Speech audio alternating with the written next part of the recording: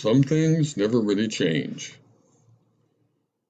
From time to time, my father-in-law, who has always been as interested in American history as I am, sends me wonderful books he thinks I might enjoy reading. The latest one was written by a man named S.C. Gwynne and had the lengthy title of Empire of the Summer Moon, Quanah Parker and the Rise and Fall of the Comanches, the most powerful Indian tribe in American history.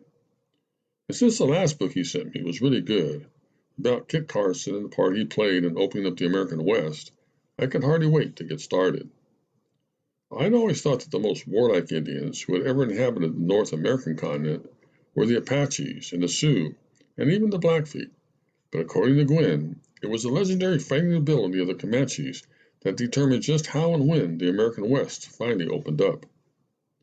Comanche boys became adept bareback riders by the age of 6, and full Comanche braves were considered to be the best horsemen who ever rode.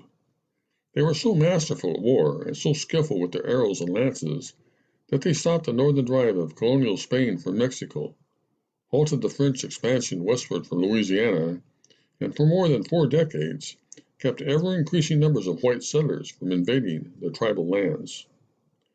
I had heard of Quanah Parker before, and knew that he was considered to be the greatest and the last chief of the Comanches, but I knew very little about how all that came to pass. It turns out that he was actually the mixed-blood son of Cynthia Ann Parker, a Scots-Irish daughter of pioneer parents who was kidnapped by the Comanches from the Texas frontier in 1836, when she was only 9 years old. Over time, she grew to love her captors and became infamous as the White Squaw who refused to return to her relatives until 1860, when she was finally captured by the Texas Rangers and forced to do so. The more I read about the Comanches, the more I came to admire them. Their culture was built around the buffalo, which provided just about everything they needed. Lots of fresh meat, teepees made of hides, fuel, dried dung, tools made from buffalo bones, bridles and saddles made of the best hides, and even the bowstrings they needed to do their raiding and stealing of horses. They were also always on the move, so they did little, if any, harm to their environment.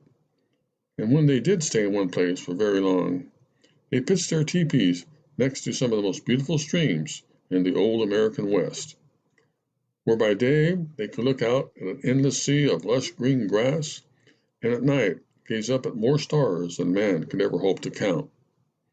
And when Comanches felt safe and relaxed, they were a noisy, jolly, rollicking, mischief-loving people who enjoyed practical jokes, games of chance, and especially singing and dancing. Anyway, as I was mentioning all of this to my 30-something-year-old daughter and telling her some of my favorite parts of the book, she suddenly smiled and said, "So, what are you saying, Dad? That you would have liked to have been a Comanche?" "Yes," I finally admitted. "I mean, they basically had no state, no police, no strict rules of personal behavior, no organized religion, no lying politicians, and they could pretty much come and go as they pleased. In other words, they were some of the last truly free men who ever walked on this earth." "Dad," she said, "they used to scalp people." "Well," I said, "now that's true, that the Comanches used to torture and mutilate some of their enemies.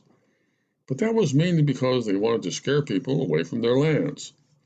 Plus, on more than one occasion, the Texas Rangers and the U.S. military wiped out whole villages of Comanches, including all the women and children. So it was a pretty bloody period of American history by all the sides involved. So, tell me, Dad, what were the Comanche women doing while their men were off having a good time fighting and stealing horses and terrorizing people?" "Well," I admitted, "the life of a Comanche woman wasn't exactly easy. She was, of course, in charge of taking care of the children and all the domestic duties. Plus, she had to put up the wigwams and take them down when the village moved.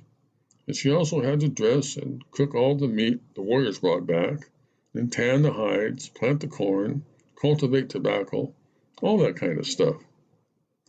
"In other words," said my daughter, You're saying that while the Comanche men were off hunting and fishing, playing war, and drinking fire water, their poor women were busy back at home 24/7, raising the kids and doing all the real work. Well, I reluctantly said, I guess you could look at it that way. Some things never really change, do they, Dad?